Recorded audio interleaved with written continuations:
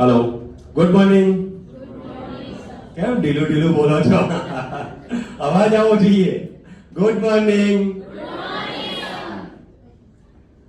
આજ રોજ એચીવર્સ commerce academy દ્વારા 12th ના જે સ્ટુડન્ટ જે છે એમને 12મા ધોરણમાં જે સિદ્ધિ પ્રાપ્ત કરી છે એના સન્માન માટેનો જે કાર્યક્રમ આજે યોજવામાં આવ્યો છે.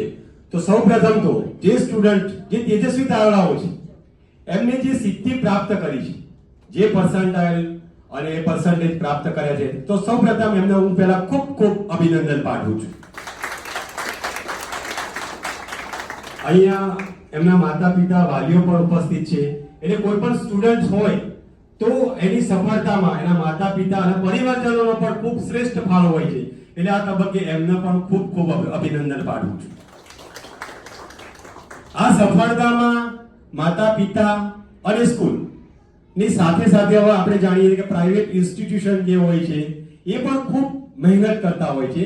તો આ એચીવર્સ કોમર્સ એકેડેમી એના મતલબ કે જે સ્ટુડન્ટ છે એમને જે ઝળહળતી સફળતા અમને પ્રાપ્ત કરી છે. રવિભાઈ જેમાં વાત કરી કે અમુક 3 સ્ટુડન્ટ છે એમાં તો 100 માંથી 100 માર્ક છે, એટલે બહુ મોટી સિદ્ધિ કહેવાય. તો એમને પણ ખૂબ ખૂબ અભિનંદન પાઠવું છું. આજે તમે જે પણ સફળતા પ્રાપ્ત કરી છે તો એક હાર્ડ વર્ક અને પ્રોપર પ્લાનિંગ તમે કર્યું હશે. તો આ એક પ્રથમ તબક્કો કહેવાય કે જે 12th તમે પાસ કર્યું છે તો કોઈ અંતિમ તબક્કો નથી. આ પ્રથમ તબક્કો કહેવાય કે તમે પાર કરી લીધો છે. પણ આગળ ઘણી ચેલેન્જીસ તમારી સામે આવવાની છે. એટલે પોઝિટિવ વિચારવાનું છે કે જેવું તમે 12th માં મહેનત કરી છે એવી ને એવી આગળ તમે મહેનત કરશો.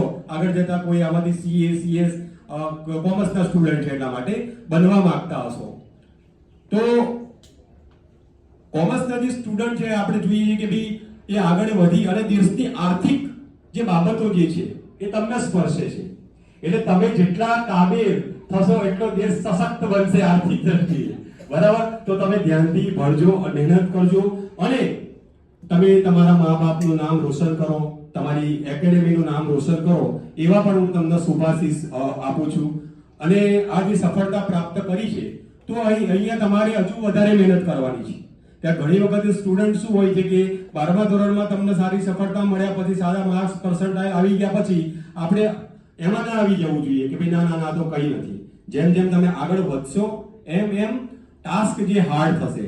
કદાચ હું પેપરમાં વાંચું છું, હું કોમર્સનો સ્ટુડન્ટ નથી એટલે મને ખ્યાલ નથી, પણ સીએ અને સીએસ ની જે એક્ઝામ હોય છે એ ખૂબ ટફેસ્ટ એક્ઝામ હોય છે, રાઈટ ને? તો એમાં રિઝલ્ટ બી 5% 10% એવું કંઈક આવતું હોય છે. એટલે તમે સમજી શકો છો કે એ એક્ઝામ ક્લિયર કરવા માટે તમારે કેટલી મહેનત કરવી પડશે, હાર્ડ વર્ક કરવું પડશે. એટલે હાર્ડ વર્ક એ તમામ સમસ્યાઓનું સમાધાન છે. તમે હાર્ડ વર્ક કરશો તો સફળતા મળવાની છે. બીજી વાત હું તમને એમ કહું છું કે ભાઈ જ્યારે આવી એક્ઝામ તમે આપતા હોય ત્યારે એવું જરૂરી નથી કે કોઈ આપણને નિષ્ફળતા પણ મળે તો નિષ્ફળતાથી જીવનમાં ક્યારેય તમે નાસીપાસ નહીં થતા. ઘણા સ્ટુડન્ટ શું હોય છે કે ધાર્યું રિઝલ્ટ ના આવે તો પછી ચિંતા કરે, ડિપ્રેશનમાં આવી જતા હોય છે. અને આપણે જોઈએ પેપરમાં વાંચીએ અથવા ટીવીમાં જોતા હોય છે તો અનવોન્ટેડ એક્શન્સ પણ લઈ લેતા હોય છે. ક્યારે જીવનમાં નિષ્ફળતાઓ તો મળવાની જ છે ભાઈ. અને કહેવત છે ને કે ભાઈ નિષ્ફળતા એ સફળતાની ચાવી છે. એટલે એક નિષ્ફળતા કોઈ વાર મળી જાય, 2 મળે, કોઈ ક્યારેય ડરવાનું નહીં. જીવનમાં હાર તમે ક્યારે ના સ્વીકારો. તમે હાર નહીં સ્વીકારો તો જીત તો થવાની જ છે. આપણે સ્પોર્ટ્સમાં લઈ લો, ઇન્ડિયાની ટીમ કેટલી ધુરંધર ટીમ છે, ગમે તેવી ટીમોને હરાઈ દે છે. અમુક વખત એવું પરિણામ આવે છે કે આપણે જોઈએ કે કેટલી નાલેસી પર હાર થઈ જાય છે.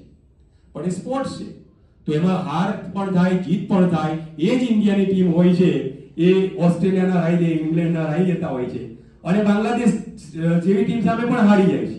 ભાઈ મારું એક્ઝામ્પલ આપવાનું તાત્પર્ય એ છે કે જીવનમાં હાર જીત તો થાય. હાર જીત એટલે નિષ્ફળતાના હું અહીંયા મતલબ કે એમાં ગણું છું.